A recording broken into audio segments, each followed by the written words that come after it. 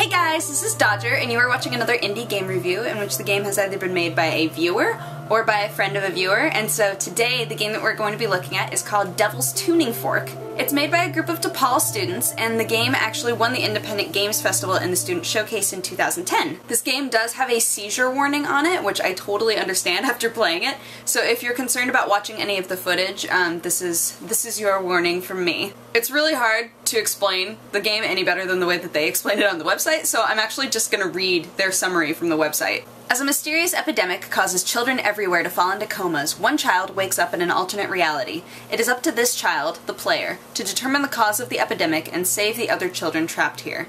By way of the Devil's Tuning Fork, a magical instrument that allows the player to perceive sound waves, the player must find all the children and successfully escape this alternate reality, thereby waking up from the coma. As for the aesthetic, the setup of the game in general is very disorienting, but that's definitely on purpose, and the way that they simulate echolocation and the way that you get to see all of the different types of sound waves is so cool and very interesting. The toys that you collect in order to save all of the other children are creepy just by merit of being in the universe alone, but then they also happen to have their own kind of sound beacon that they wave out that's bright red, and it's so creepy amongst just like darkness. So there are the different types of waves that you can use that look really cool because they have a different weight and they have a different speed, and just the way that they ripple out across the universe that you're in is cool in how they're very, very different. Also, while you walk around, the children that you're saving, you're constantly hearing children talking. And they do say different things once you save them. But not only are you listening to children,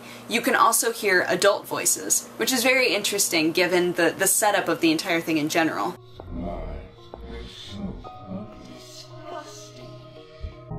That fork belongs to the monster. Ooh, it's gonna be mad. I think if I were to sum up this game in a word, it would be eerie.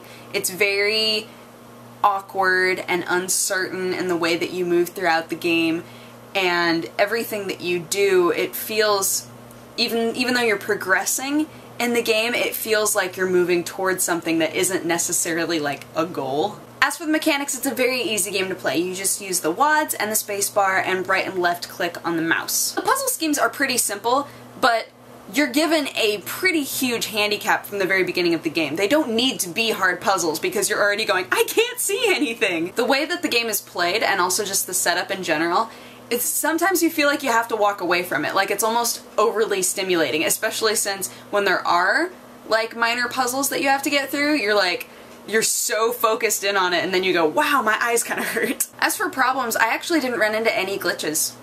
It ran totally fine for me. Had a lot of fun with it. I really liked it. The mouse sensitivity was totally fine. I saw some people who were complaining about the mouse sensitivity, but I actually really liked it. I thought that the game progressed really well and it moved nicely.